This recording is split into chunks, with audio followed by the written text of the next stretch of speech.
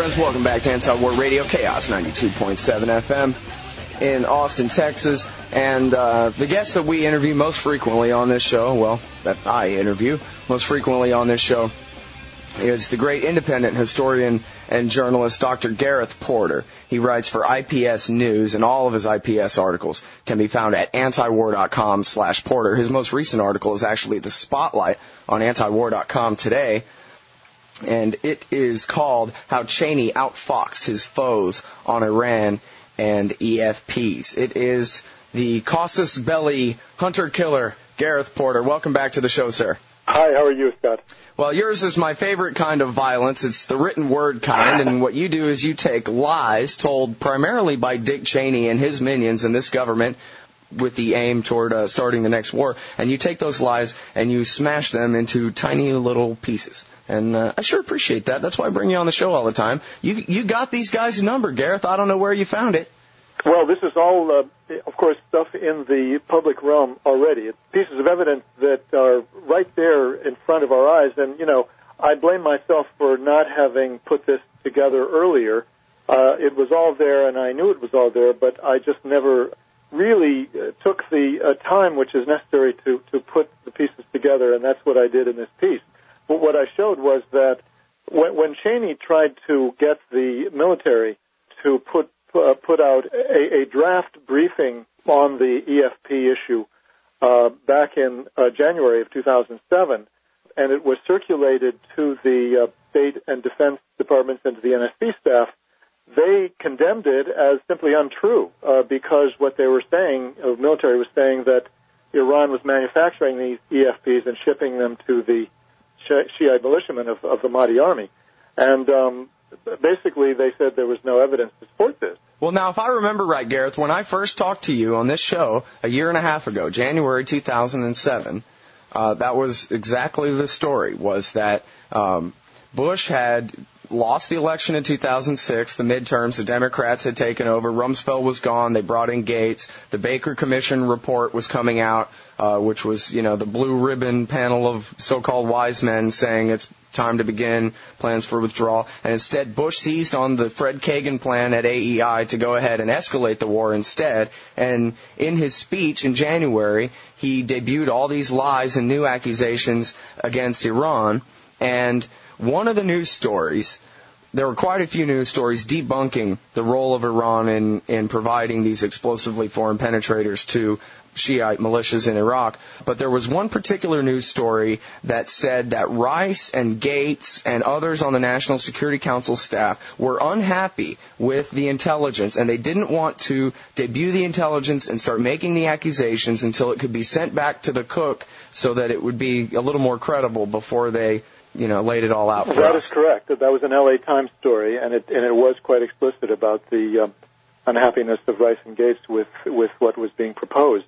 What I didn't say at that time, and what I think helps to further solidify this storyline, or to basically nail down the storyline, is that the State Department spokesman, Sean McCormick, and he's the Assistant Secretary of State, actually, for Public Affairs, said on the record in a briefing on January 24th, he was asked whether they had evidence that Iran was manufacturing these. He said, "Well, you know, you don't have to find that these are made in Iran. There are other ways that Iran could be involved in this." And he specifically then pointed to the know-how, the technical know-how.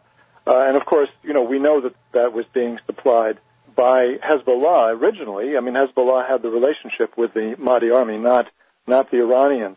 We know that the Mahdi army was not particularly the favorite of the Iranian Islamic Revolutionary Guard Corps. It was the Badr Corps, as we've said many times. Right. So what was really going on here was that the State Department, the Defense Department, and NSC were pointing out, hey, you know, you don't have evidence that the Iranians are the ones supplying these EFPs. The best we can do is to say that, that Iran is involved in these networks somehow, applying the know-how, and that of course was a very indirect route.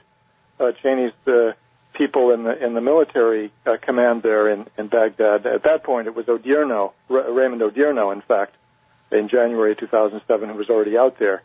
They did not want such an unexciting, complex web to be presented. They wanted the dramatic but untrue version of the relationship between Iran and the EFPs. And so that was what was being proposed, and then the State Department was actually going on record as saying, well, what we can say is that they're somehow involved in the networks by supplying know-how. Even that was untrue, but they were totally unwilling to go along with the version that was being cooked up by the military. Now, what we didn't know at that point, of course, was that they were about to send the general who was to become lionized by the American media and Congress out to Baghdad to become the new commander, and that was really the key to the story. Right, that is the key. That was the part I left out in summing up, trying to take us back to January 2007. There was a regime change going on right then. George Bush, who calls himself a commander guy, any bad decision I make, it's not my fault. I only do what the generals tell me to do. I'm a commander guy, he says. But then when they tell him what he doesn't want to hear, he fires them and replaces them. And that had just happened. It was Casey and Abizaid had just been replaced by Patraeus and Admiral Fallon, right? Exactly. We knew that was the key to the surge policy, which he was then about to make public and did make public on January 11th.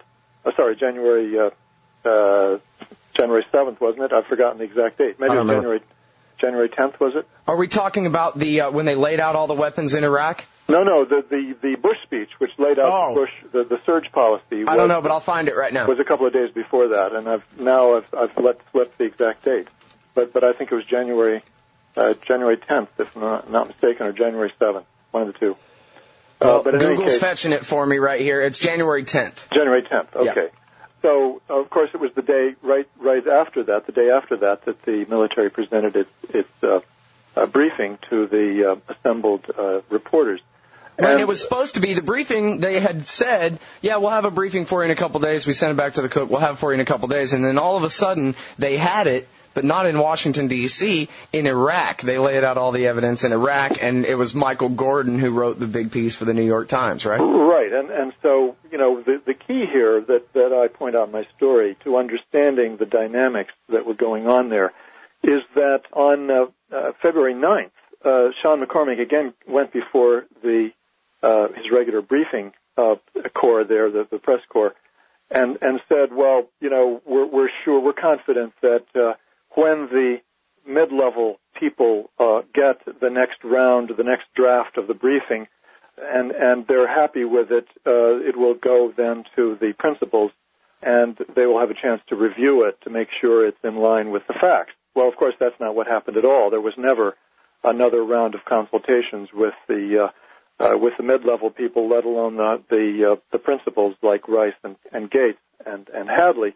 In fact, what Cheney did was to do an end run around them and to basically instruct Patraeus before he went out to Baghdad to get the transfer of power from George Casey.